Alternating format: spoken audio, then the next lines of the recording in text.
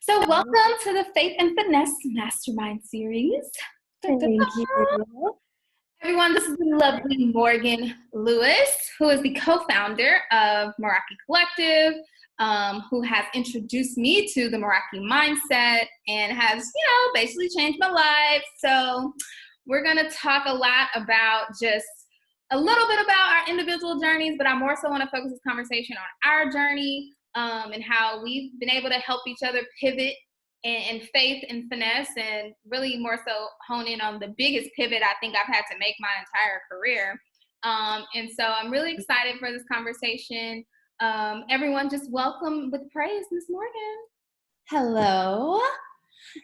Good to be here. Well, I'm really excited to just have this conversation. It has been, Precious Appreciation Month is like a whole energy. So I'm excited to be a part of it. I started my entrepreneurship journey back in 2016. And how I started, I was a wedding planner in Orange County, California. So kind of wedding capital of the U.S. So lot of very, had my fair share dealing with brides and couples. And I noticed that I was spending more of my time helping planning the businesses of the vendors I was working with than planning the weddings of my brides. So I kind of just it was a natural progression that I just kind of fell into business coaching and started just helping the people I was working with, and saw such a need for it. And I saw so many just passionate people, very creative like yourself, that have so much just to offer, and they were getting bogged down in the business side. And for me, that's my creative. So I love that's where I get, my fun and the exciting stuff is taking those tedious tasks. And so I found a career path there and developed Meraki. Meraki means to put a piece of your heart and soul into everything you do, or to put a piece of yourself into your work. So we really believe it's a whole mindset. And Precious really has, one of our clients who has taken that and encompassed it fully. So what it really means is to start every day, and rather not even just day, to start your business by really asking yourself, why am I doing this? Where do you naturally find the flow in your workflow? What really feels so naturally good to you, and how can you put that into your system so that you're finding what you love every day and avoiding burnout. So it's a whole mindset, and it's not easy you have to consciously make that adjustment every single day to get yourself there. And so that's a big part of kind of what I do. And I took the leap to do this full time pretty recently. So we'll get into that was kind of some wavy faith there, but yeah. Well, it's good. I just love to help people, like-minded, just embrace that mindset and make money doing it. Exactly. Yes. Passive income has definitely been something that's been on my brain as an entrepreneur. And, you read all these books, Think and Grow Rich, Rich Dad, Poor Dad, and you're constantly like just feeding your brain on all of this knowledge, but then still figuring out how you survive today. You're like, okay, I need to focus on, basically killing the food that I eat and just hustling and bustling to figure it out. And so I know a lot of people are in that mindset and in that energy right now with everyone. I really feel like the pandemic was kind of like a wake-up call, sort of like a red flag of like, hey, take time for self, really assess, your values, what's important to you, our health. I feel like everyone is more healthy conscious. I think we were already on that wavelength, but even more so now, people are just really wanting to take control over their time, their money, all of those things. And so, hey, Lila, welcome to the party. Lila's a gem. She's cool. So she wants to be a part of the mastermind as well. But yeah, and I think right now, just as entrepreneurs and those of us that are equipped with the skill sets to provide people clarity and systems, like this is where we stand up as leaders. And so I think the most value people will get out of this mastermind is just kind of the thinking process that goes into you making the decision to pivot, one, and then also knowing what that game plan or how you can, finesse this, because there are different guides and blueprints out there, but you have to really customize it to who you are. And so that's what I can definitely appreciate Morgan and her team for is really just customizing my path for success, but still implementing those systems, those proven methods that work and create results. And so definitely want to we could talk about this first pivot of just you deciding, okay, I know this is my passion, this is what I want to do.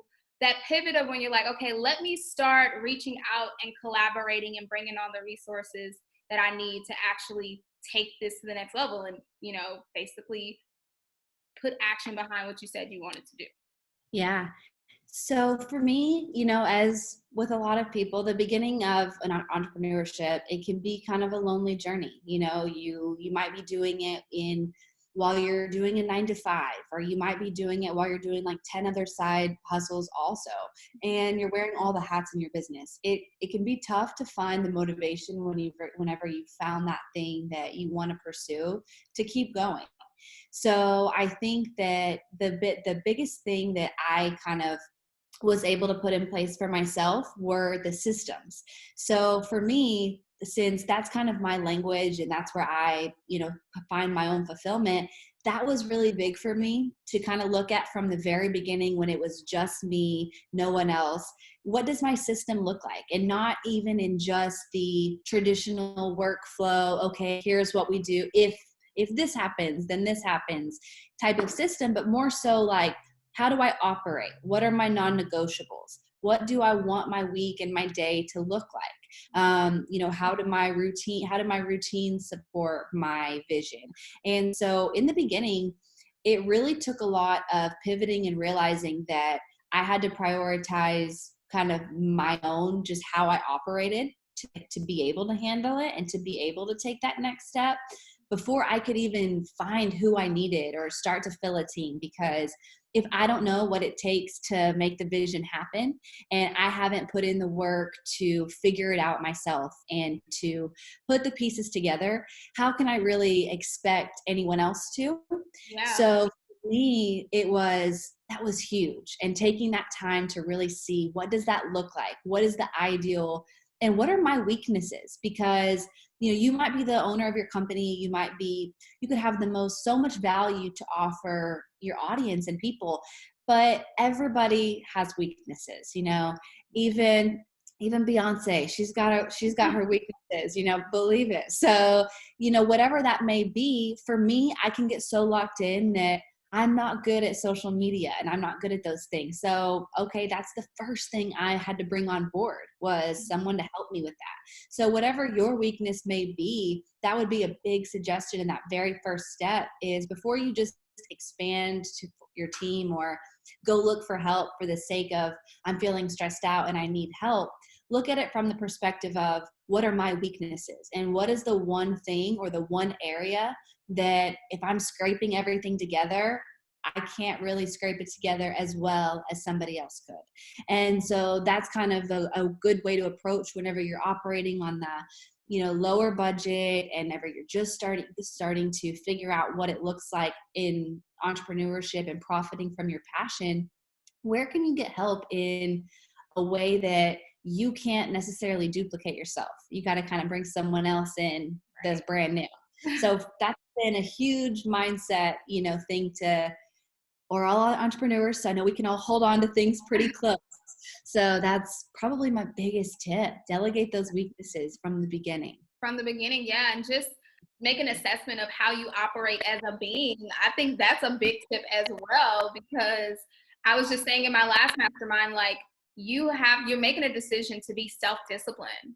Like, no, like, you have to hold yourself accountable. No one is like forcing you to do what you're doing. Like, you literally make the decision that you want to build a life around the things that you're passionate about. And I think just, I heard someone else say, like, how you perform at work is essentially how you will perform in your own business. And so if you just kind of do the bare minimum and do this and do that, or you just have those bad habits, those are going to transfer over into your business that you're building for yourself. And so identifying those weaknesses of, like, okay, I'm actually a procrastinator, not a really good planner. So I need to bring someone in to help me with that, or, train myself on how to do that. I know for me, I think one of my biggest weaknesses is that I like to make sure every single thing is like outlined And sometimes it's just not the case. Yeah. And, I may have it all in my head. And even with working with the team, like I have to, I guess it's that trust factor, you have to have a little wiggle room and have them be able to contribute, to the solution. And I found that the more that I at least communicate, I may not have it all written out, but the more I communicate the intention and the purpose, the better they can see where they can add value. And so I'm learning and shifting within that, within one of my weaknesses. But also, I'm also learning just how to be, how to just show up and add value. I think that's a topic within itself, that you definitely have like just coached me through in regards of just strategy. Of course, like I love to talk, I love to educate people, but just the strategy of being able to just show up and add value consistently, like it's literally drilled in my head to where whenever I do anything, I'm like, okay, this is like my life curriculum I have in my brain now. So I should be able to pull from anywhere, just be able to show value. So that's something I've definitely had to pivot in within this pandemic itself, is just being able to see the course and like kind of just keep going as planned. And so how has your plan shifted with, and how have you had to pivot within, us being on quarantine and with the global pandemic? Yeah, well, two really quick things. One, you hit the nail on the head with you have to set the expectations with your team and let them come up with solutions. So I want to say that's huge. And know that that's a value for you. Like, my little team, they know that if you're going to come to me with a problem, beautiful, bring it to me, but also like in the next sentence, let's talk about the solution. Right. So that's huge. And also it's Precious Appreciation Month. So I'd like to appreciate her for keeping an eye on that, like full vision. And, she is so full of value and has so many ideas that there is so much she could always be sharing. So much acknowledgement for keeping because it's hard to do whenever you want to show up all the time and like deliver. You're like, okay, wait, this is what we're talking about today. Right. So you've been so good about that. And it's been inspirational to even see. We were in a coaching session the other day, and I mean, Precious had a call scheduled, and it was like, okay, well, I got to just sit here and do this call real quick. Where me, I'm like, I got to get ready. I would have the whole prep. So the ability to show up is just huge. And that mindset shift. So I think whenever you're pivoting or you are having to make a change and decide what's next in your business, whether it be just starting out or it's a pivot, either one, they take you having to really know why you're doing it and what's the value in it. Because at the end of the day, everyone is selfish and a little bit, even Mother Teresa, she said that she doesn't help people to help people. She did it because it made her feel good. So it's one of those things that whenever you're showing up for your audience and you really want to grow a brand and grow a business, remember that every single person that clicks your page, that looks at anything you're doing is wondering, what's in it for me? Why am I watching this? Why should I continue to watch this video and not click to the next thing? Every second they're asking themselves that. So if you know what your focus is and you from the beginning identify what is that value that I want to show up with consistently, it makes that pivot decision a lot easier. And for us, we had a project, I had to really pivot in the beginning of this pandemic. I took a leap of faith and quit a very comfortable salary position in January, right? Didn't know this whole pandemic was about to happen, but wouldn't change a thing.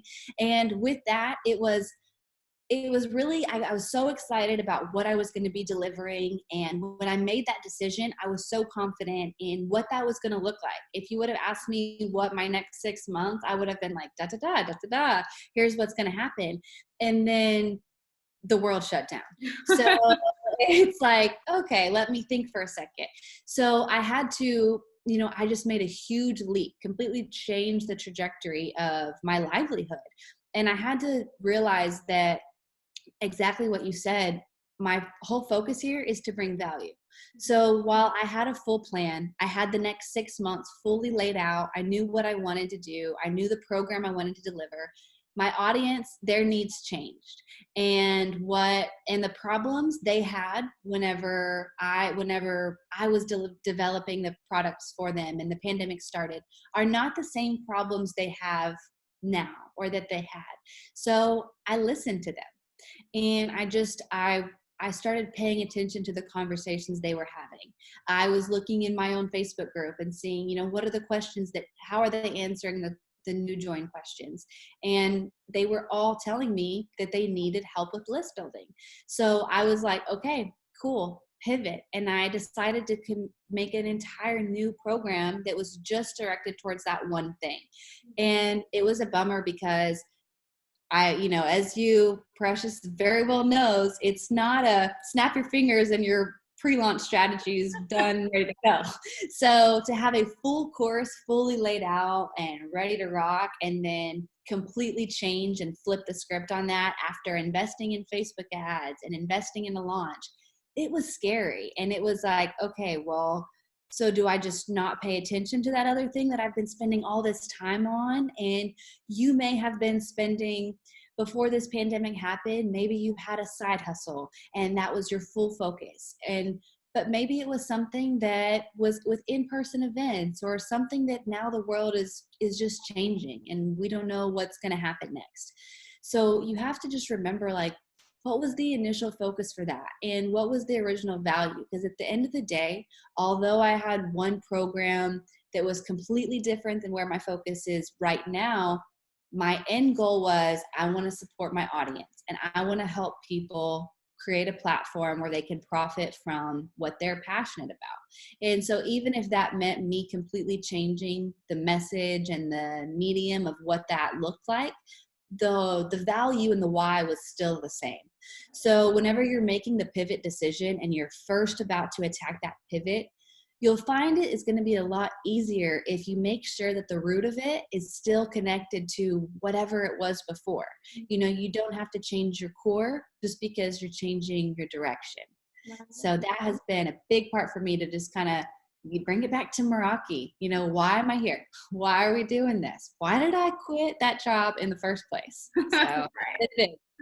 No, that's definitely a good point to make. I know that even I'm just blessed that we made those major decisions for 2020 at the top of the year, more so even at the end of 2019, to where we've been affected and had to pivot, but we're still along the course of what we envisioned. And so I know Morgan and I have been working together since like September of last year, and just really figuring out, going through the different exercises mentally, financially, and just really figuring out what the best path of me for passive income would be. And I can say that, me building a career as a brand strategist and working in marketing and entertainment and fashion and all these different areas, and I've done events and brand activations, partnerships, influencer marketing, all of these things that are very relevant today, after just really going through different exercises and just worksheets, realizing that my core to everything that I've been doing has the reason, or the true treasure in my success in those areas has been based on personal development. And so essentially I'm like, oh yeah, I should duplicate myself as a brand manager, because that's who I am, and like that's what I'm really good at, and all these great things. And as I was like really developing the curriculum and just trying to take all of my knowledge out of my head onto paper, it all went back to like habits and productivity and like all these different things that just naturally came to me. I didn't even think was like a point to like write down as a bullet point. It was just like a lifestyle of mindset that I've had on just how I attack projects and my time and all these different things. So where Morgan like had to ask me the question of like, okay, wait, so are you going to be doing branding or personal development? Because seems like, you're kind of on the fence here. So what was I saying, or what made you be like, let me ask this question, because this is really going to be the trajectory of like what's next? Yes. So the whole reason I started Meraki is because everyone knows, and unfortunately we can't snap our fingers and find it, but when you found that flow. Whenever you've been in your work and you're like, you look up and it's 3 hours just passed, think about that moment. And when Precious and I were first developing her curriculum and figuring out what passive income would look like, we had a great idea because Precious was killing it as a brand manager. And so it was like, okay, perfect. So this is what this will look like. But then it was like this roadblock that didn't really make sense just kept coming up.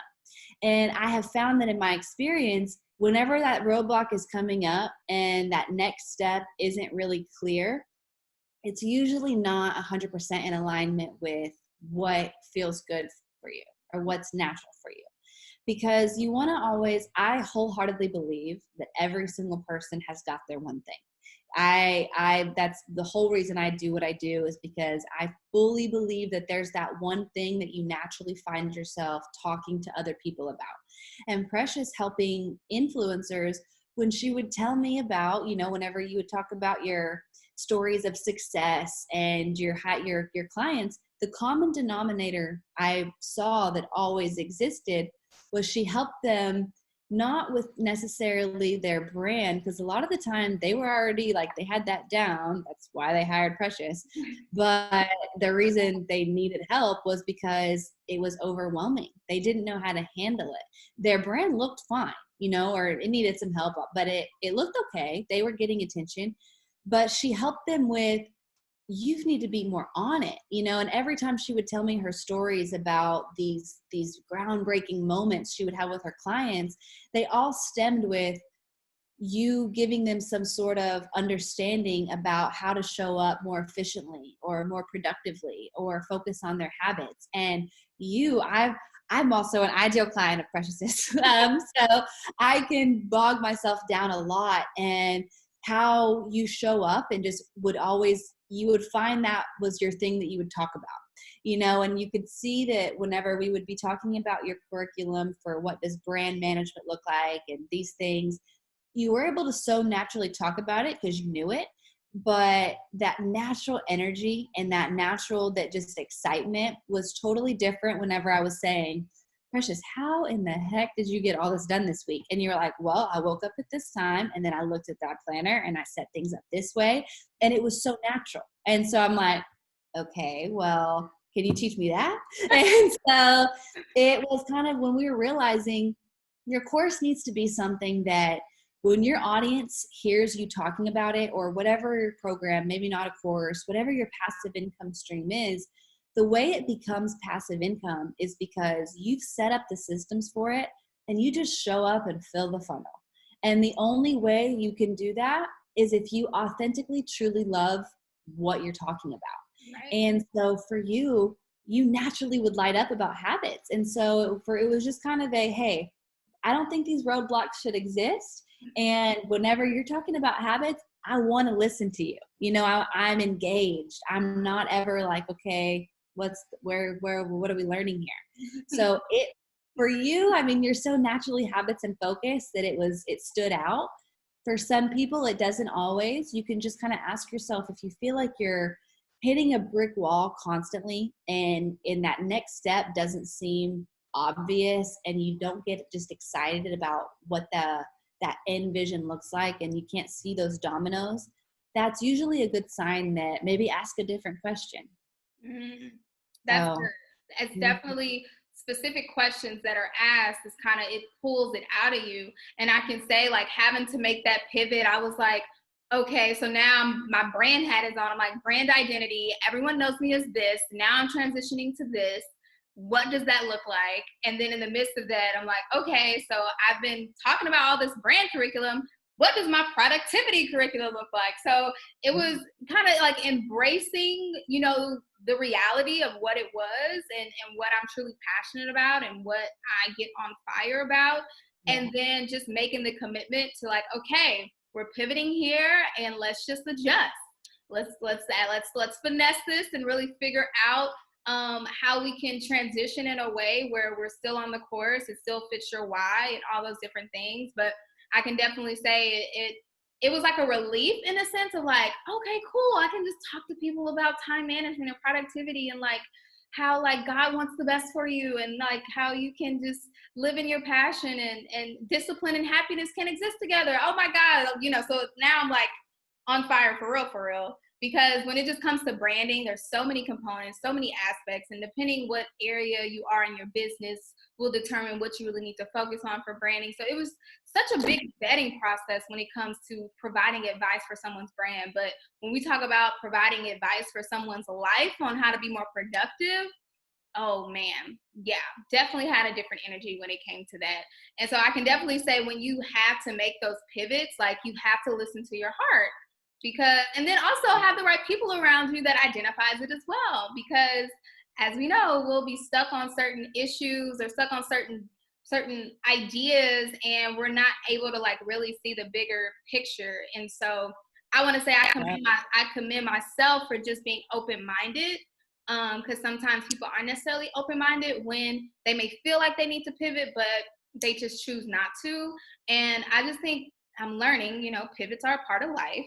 It's a part of adulting and all these other things we have to do on a regular basis. And just getting comfortable with pivoting has definitely been one of the things that I've put in my brain at the top of the year.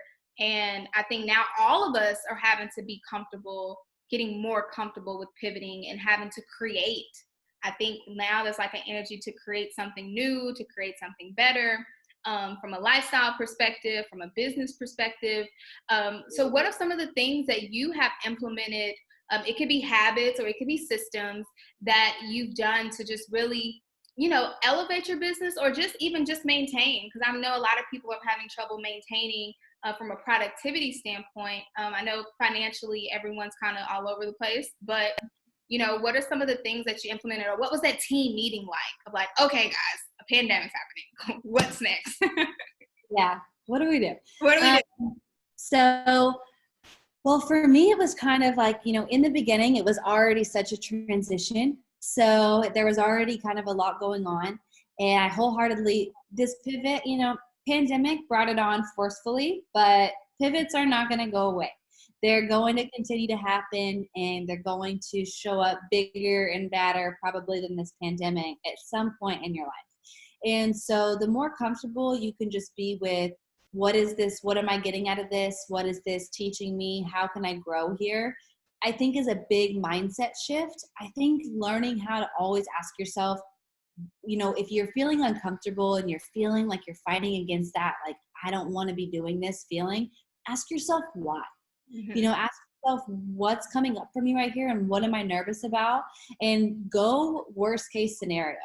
I like, this is kind of crazy, but truly think about it. Ask yourself, okay, if truly, what is the absolute worst case scenario right here? And you'll realize that whenever you say it out loud to yourself in your head, it sounds a little bit crazier than you're like, okay, yeah, that's going to happen. And so you can kind of bring yourself down a little bit when you say it out loud and realize it's really not as scary. And for me, that team meeting, well, a lot of it was audience. Precious can, speak to this when I believe in a lot of groundwork in finding out what your audience is talking about and getting to know them and really speaking their language and finding out what those conversations look and feel like. So for us, that was a big part of it, was, okay, what does our audience need right now? And so that was what initiated our first pivot to kind of, what do we do to continue operating and making money as a business? But also, and like, I don't typically work with one-on-one clients, and that's normally a non-negotiable for me. But we decided, okay, so for this right now, people are going to need that one-on-one support. So let's open up the door for that right now. Mm-hmm. So that was something, but routine-wise, I was talking to Precious about this the other day, and I fully believe that how you show up for, this isn't groundbreaking news. The 1 million morning routines out there, give that away. But how you start your day matters so much. I am someone who I used to, have a sporadic sleep schedule not that long ago and things like that. And I have really made it a priority, even in this quarantine, actually more than ever in this quarantine, to be crazy about my routines and my non-negotiables. Like in my morning routine is on point, and it makes you feel like you have just a little bit more control. So, whenever you lose control or there's things happening around you that you don't feel like you have control of, what do you? And so for me, getting control of my habits and my routines and controlling my mindset and how I went into the day changed everything. And so I do, Stephen and I both, co-founder and my boyfriend of Meraki Collective, we do a 20-20-20 every morning. So it's our first hour of the day. And the first 20 minutes is movement. And there's actually a lot of science behind it. It gets your neural pathways, firing in a way where you're making more quick decisions. And that groggy feeling that you have in the morning that's like, blah, especially if it's, day 80 of quarantine. Right. You're like, okay, what are we doing today? But just moving, any type of movement right away, it tells your brain, hey, we have to be on it today. So you might be feeling groggy, but snap out of it. And then that second 20 minutes is something reflective, whether it be meditation or journaling, just checking in with yourself. And then that last 20 minutes is something learning, outside of your, whatever your industry is. If you're a graphic designer or a productivity coach, then dabble in something else, read something else and kind of feed your brain with something that wouldn't be your regular, routine. And that first hour and that full transition of just kind of focusing on me before anything else, the early morning hours of the day has really probably saved my sanity throughout this quarantine and my productivity. So that's been my biggest probably takeaway. Wow. Non-negotiables and routines. Big time. That's so important. Non-negotiables.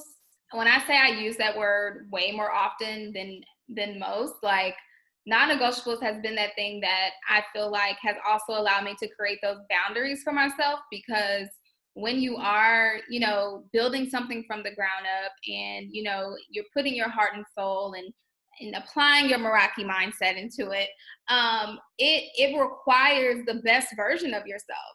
And so in order to do that, you really have to prioritize you and not feel guilty about it. And that's why I also think it's just good to center yourself around the right people that support you and understand your process. And everyone won't understand it. And sometimes you just have to deal with that and be okay. But I know that for me, just even from a family perspective, although I've always been aggressively working towards my goals, I'm always about condensing time. I'm like, okay, that's an annual goal. Let me see if I can do it in 90 days. That's my mindset. I'm like, oh, okay, I got to do it in actually 60 days. Cool. So, that's how I operate. And so now that I've been operating like that so much, I can definitely say my family now, they get it. They know that I'm not, having a bad heart or not wanting to be as engaged. But now that I have so much clarity now, they are really recognizing the value of what I'm providing to the world, to where they're supportive and they're sharing and, they're like, oh, I'm gonna come by today to just be in your element. I'm like, oh, okay, cool. Y'all get it. I'm so happy. So that was definitely one of the signs for me where I'm like, okay, we're moving in the right direction. It's not a matter of if, it's a matter of when. And, just falling in love with the process. I think just planning that in my head. And I can also say, I don't know what session this was in. I think this was probably one of our retreat weekends. And Morgan was like, hey, get it done, not perfect. And I was like, that's the definition of my life right now. So that's been implanted on my forehead. And I think even just having someone be able to understand your thoughts and help you be able to really then process that and then take action, that little whatever I just described is a process within itself. So do you feel like that was something just innate in your nature that you discovered, or you just was kind of doing it one day and was like, oh yeah, that's what I do? So for me, that's always kind of been a natural thing for me. So it's kind of been, it's been a natural thing for me in the realm of knowing how to coach it and just the way of thinking that way. Precious can also say I'm real good at coaching. I'm kind of that, but sometimes I can not always listen to my coaching. So that is one thing that I have had to adjust to is it comes natural for me as far as like a sense of understanding. You know how you're like, I'm so good at helping other people, but when it comes to me, so it's always came really natural, and it just makes sense. Like, hey, get it done, not perfect, and prioritize it based on like how are you going to deliver it to your audience, and you know what's the focus, and let's just get it out there and like make changes and update it later. Has been really, really big to keep in mind, especially during this quarantine, because if you're going to pivot, I guarantee you it's not going to be all, you know, a bow on it and everything like that. And so where that's kind of where, you know, a lot of creatives and stuff like that just happens to be the people that I've worked with, that has just been something that has been kind of where I help a lot with that support of, you know, don't get lost in the details, because if you do, you can end up not ever, it's like when you're trying to speak to everyone, you're not speaking to anyone.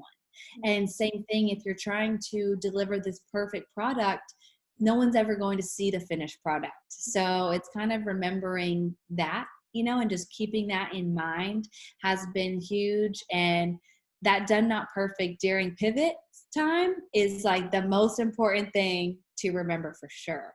Yes, and I've probably taken that phrase and I'm just running it till the wheels fall off, because now I'm Yep. just like testing and pivoting every single thing where I'm like, let's just see if it works.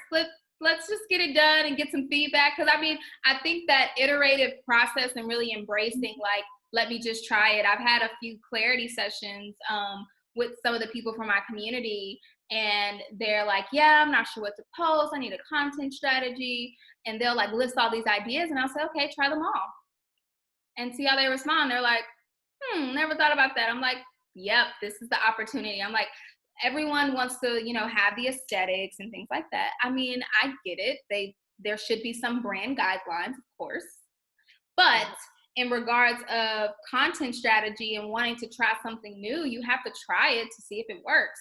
And so I'm embracing everyone to just try things out and see how they go. And if they don't resonate, then you're like, okay, I shouldn't do that. And right now, people are really just looking for, you know, information that can add value to help them make decisions. And Yes. so, regardless of if it was a video or if it was a picture or a graphic or whatever, if you're getting the reaction or getting the feedback that you want in regards of showing that value, then that's it. I mean, I know I think expectations is just kind of low right now when it comes to like, oh my God, was that the same filter that she put on that other picture? Or I've never seen her post anything about food before. Why is she posting it? People are not thinking that. They're just like, oh, okay, this is cool. Like, I really feel like we're getting to know each other on a more deeper level. We're getting to, you know, really take off some of those layers, because social media, you know, is just so like one dimensional and it's never the full story. So I feel like people are being more transparent and vulnerable, you know, in sharing. Well, you bring up a really good point, because right now, nobody's looking for perfection. Yeah. And right now, everybody is at home. I mean, you have the newscasters at home. You have like people on, you know, every national network just trying to make their living room work as a background. And so right now, no one is expecting perfection. People want authenticity. They want to see that, hey, are you also like kind of holding yourself together with some glue and tape like Yeah. I am? Or because if people were surrounded by that perfection that has been prior to the pandemic, then can you imagine just the collective overwhelm and stress people would be feeling, because seeing how is everyone else keeping it together right now, whenever I'm just taking it, you know, if you're a busy mom, you know, running your business and trying to make sure your kids eat every day and handle everything, you're just trying to do that, you know, and cross off the essentials, and that's okay. So remember that as a business owner, that one thing I always coach is meet your audience where they're at. And if in the realm of course creation, I say that from the transformation, you know, there's a before someone starts working with you that they don't want to be at, and that's why they want to work with you.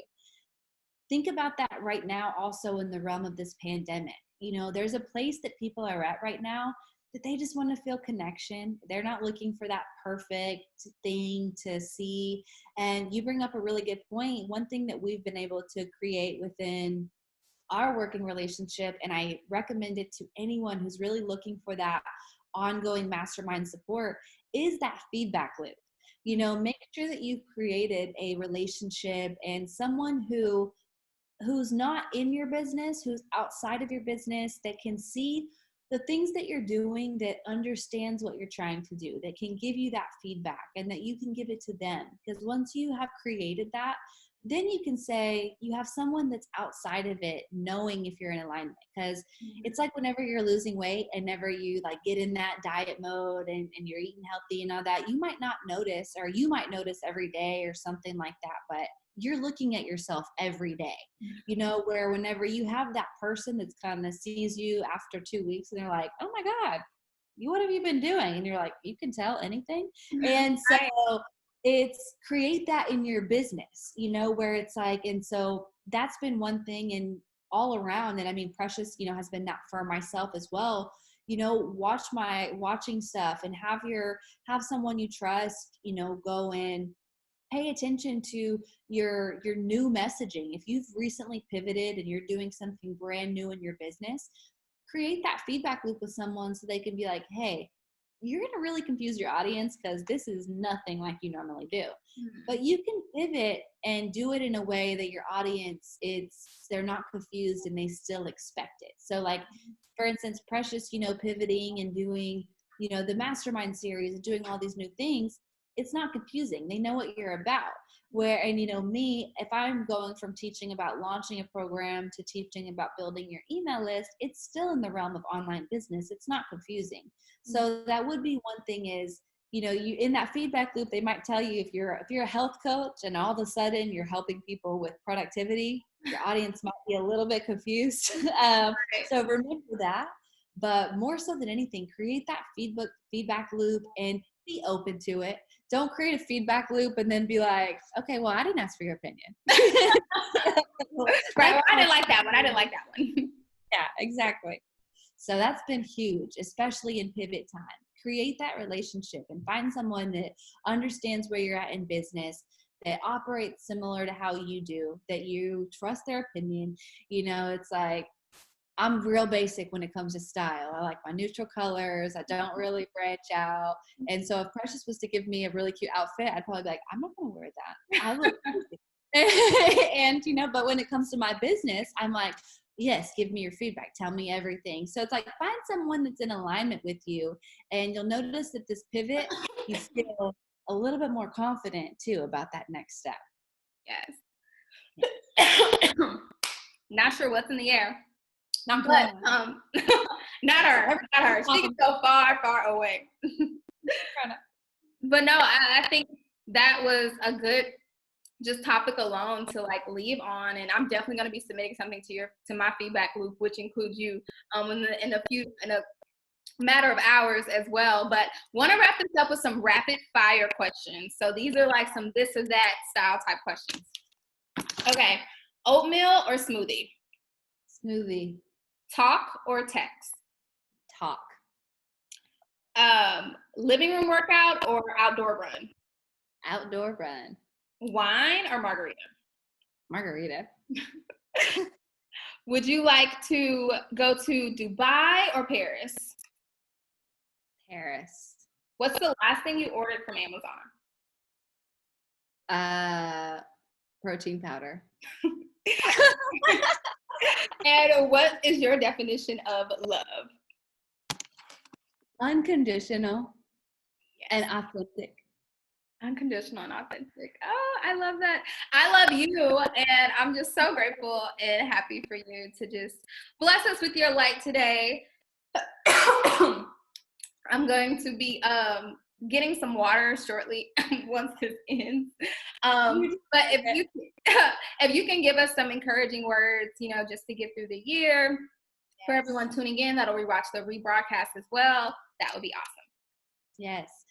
If you're taking it one day at a time, that's okay. And for my biggest thing would be start every day and everything with a Meraki mindset. And all that means is to just ask yourself, where can I put a little piece of my heart into what I do today? And if that just means going through the motions and making sure you get fed and that kids do too, that is totally okay. And just find what feels good. Just find what feels good and believe in it. And just know that it's not, there's no big secret to success. There's nothing that everyone is hiding from you. It's just a system, and it's just trusting yourself and your vision and taking action on it, not just crossing your fingers and waiting for it to hit you, but take action. Yeah, so everyone, please go follow the Meraki Collective, Meraki Mindset, Facebook, Instagram. I know they have a private Facebook group as well that I'm in. We have to get connected. We have to be continuously looking for resources, wanting to be better. And so I'm just grateful for all of you that are participating and just seeking the information, because that's a big step within itself. So love you all. Have an awesome, productive day. And this was fun. I'm excited for more. Thank you, Precious. So much appreciation for you all month. All month. All right, guys. Enjoy the rest of your day. Thank you.